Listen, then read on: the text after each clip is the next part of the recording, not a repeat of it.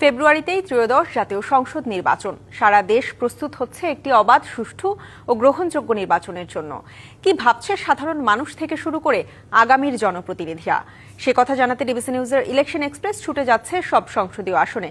আজ সারাদিন আছে সংসদীয় আসন ২৬, কুড়িগ্রাম ২। স্বাগত সিএসআরএম ডিবিসি ইলেকশন এক্সপ্রেসে। আজ সারাদিন ডিবিসি ইলেকশন এক্সপ্রেস ছিল ২৬, কুড়িগ্রাম ২ আসনে। এখানে অনেক জনপ্রতিনিধিদের সঙ্গে কথা হয়েছে। এই মুহূর্তে আমাদের সঙ্গে উপস্থিত রয়েছেন জেলা বিএনপির সদস্য সচিব সোহেল হুসনাইন কায়কোবাদ। তার কাছে আমরা জানবো তিনি এই জাতীয় সংসদ নির্বাচনের একজন প্রার্থী হতে চান, কেন তিনি প্রার্থী হতে চান সেটি তার কাছ থেকে আমরা জানবো। যে আপনি আসন্ন নির্বাচনে প্রার্থী হতে চান, কেন প্রার্থী হতে চাচ্ছেন? বিসমিল্লাহির রহমানির রহিম। ধন্যবাদ আপনাকে। আপনার মাধ্যমে আমার প্রাণপ্রিয় কুড়িগ্রাম জেলাবাসীকে আমার সংগ্রামী শুভেচ্ছা, সালাম এবং আসসালামু আলাইকুম রহমতুল্লাহ বরকাত। হিন্দু ভাই বোনদের প্রতি হল আদাব।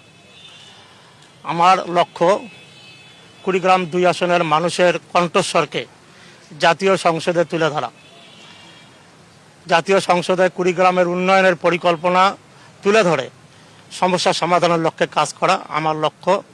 রাজনীতির মূল লক্ষ্য মানুষের কল্যাণে কাজ করা। এই লক্ষ্যকে সামনে রেখে আমরা কুড়িগ্রাম জেলার ২ আসনের বিএনপি পরিবার সবাই ঐক্যবদ্ধভাবে তৃণমূলে আমরা জনগণের কাছে গিয়েছি, তাদের মন জয় করার চেষ্টা করেছি, বিএনপির ভালোবাসা বৃদ্ধি করার চেষ্টা করেছি এবং আমরা ঐক্যবদ্ধভাবে কুড়িগ্রাম ২ আসনকে ধানের শীষের জন্য আমরা প্রস্তুত করেছি। আরেকটি বিষয়, যে এই যে আপনার আপনি এ পর্যন্ত সাধারণ মানুষের জন্য কি কি করেছেন, সাধারণ মানুষের পাশে গিয়েছেন, প্রচারণাও করছেন, যদি দল থেকে নমিনেশন পাবেন হয়তো বা পাবেন, তারাও সিদ্ধান্ত নেবে, কিন্তু আপনি এখন পর্যন্ত নিজে কি করেছেন এই মানুষের জন্য? আমি দীর্ঘদিন থেকে কুড়িগ্রামের ২ আসনের মানুষের জন্য কাজ করছি। ছাত্র জীবন থেকে আমি রাজনীতি করি। আমি ছাত্র জীবনে সন্ধানী ডোনার ক্লাবের সিনিয়র যুগ্ম সম্পাদক ছিলাম।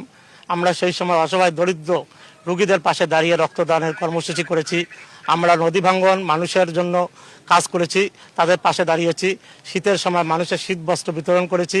আমরা তিস্তা মহাপরিকল্পনা, এই এলাকার 5টি জেলার মানুষের প্রাণের দাবি তিস্তা মহাপরিকল্পনা বাস্তবায়নের জন্য আমরা আন্দোলন সংগ্রাম করছি। সেই সংগ্রাম এখনো চলমান। আমরা দরিদ্র মানুষের পাশে সবসময় খোঁজখবর নিয়েছি, তাদের পাশে গিয়ে দাঁড়িয়ে সমাধানের চেষ্টা করেছি। কৃষকদের পক্ষে কথা বলেছি। আমরা কৃষকদের পক্ষে কথা বলে আমরা দিনমজুর, কুলি, শ্রমিক সবসময় তাদের স্বার্থের পক্ষে আমরা সবসময় কথা বলেছি।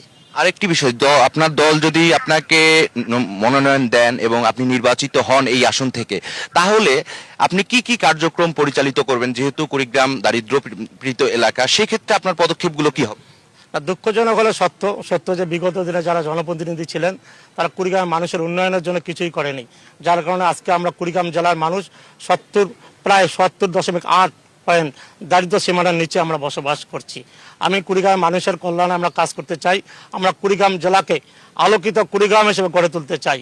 আমরা মনে করি আমাদের ভারপ্রাপ্ত চেয়ারম্যান জনাব তারেক রহমান বাংলাদেশের মানুষের সামনে যে রাষ্ট্র কাঠামো মেরামতের ৩১ দফা দিয়েছেন, সেই ৩১ দফায় কিন্তু কুড়িগ্রাম জেলার মানুষের উন্নয়নের কথা রয়েছে, কুড়িগ্রাম জেলার মানুষের ভাগ্য উন্নয়নের কথা রয়েছে। আমরা কুড়িগ্রামের শিক্ষার ব্যবস্থা মান উন্নয়ন করতে চাই, নদী ভাঙ্গনের জন্য কাজ করতে চাই, তরুণদের জন্য তারুণ্য নির্ভর কর্মসংস্থানের ব্যবস্থা করতে চাই। আমরা কুড়িগ্রামের কৃষকদের পক্ষের জন্য উন্নয়ন করতে চাই। আমরা কুড়িগ্রামে ছোট ছোট শিল্প কলকারখানা গড়ে তুলতে চাই। মানুষের কর্মসংস্থানের জন্য আমরা ব্যবস্থা